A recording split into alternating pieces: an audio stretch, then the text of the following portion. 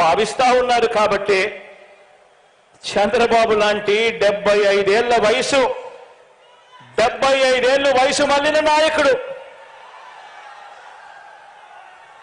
ఆ చంద్రబాబు నాయుడు గారు ఒంటరిగా పోటీ చేసే ధైర్యం లేక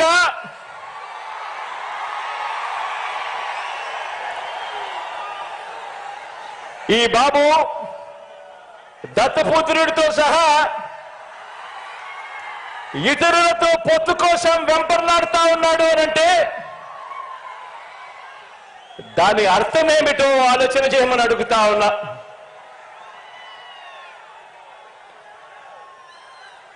ఈ చంద్రబాబుకు తాను ఫలానా మంచి పని చేశానని కానీ తాను ఫలానా మంచి స్కీమును తెచ్చానని కానీ చెప్పలేక మళ్ళీ కొత్త వాగ్దానాలతో గారడీ చేయాలని చూస్తున్నాడు అని అంటే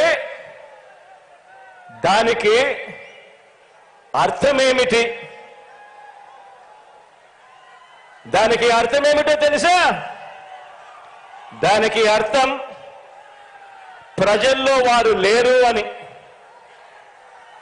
దానికి అర్థం వాళ్ళు ప్రజల్లో లేరని చివరికి 2019లో వచ్చినన్ని ఆ 23 స్థానాలు కూడా వాళ్లకు రావని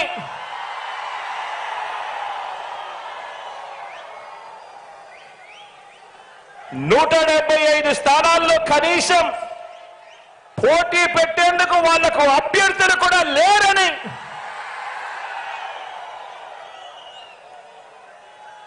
మరో వంక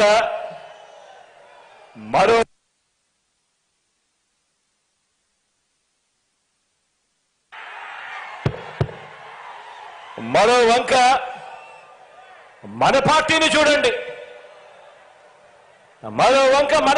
చూడండి. మన పార్టీ చరిత్ర ఓ విప్లవ గాథ. మన ప్రభుత్వ చరిత్ర ఇంటింటి విజయ గాథ.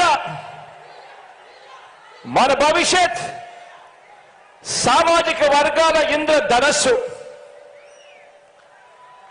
మనది వయసుతో పాటు మనసు భవిష్యత్తు ఉన్న పార్టీ మనది. గడిచిన 56 నెలల్లో గడిచిన 56 నెలల పాలనలో అన్ని రంగాల్లోనూ చిత్తశుద్ధితో సంక్షేమము అభివృద్ధి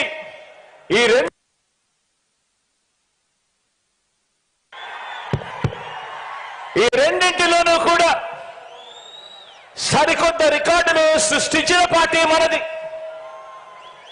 మన పార్టీ మేనిఫెస్టోను ప్రజలకిచ్చిన వాగ్దానాలను ఏకంగా 99% నెరవేర్చిన పార్టీ మనది.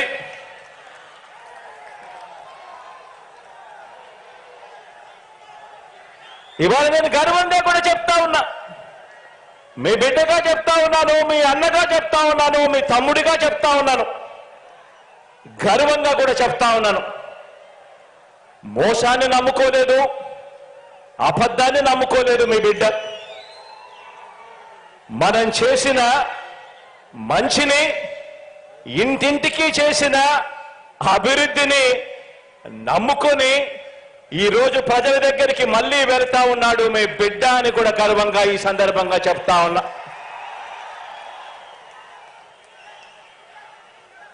మనది పేదరికము అసమానతల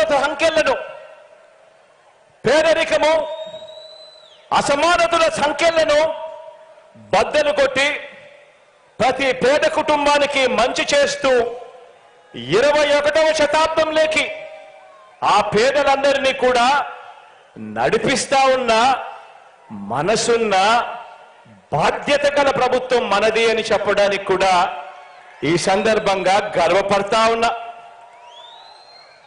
మీరే చూడండి,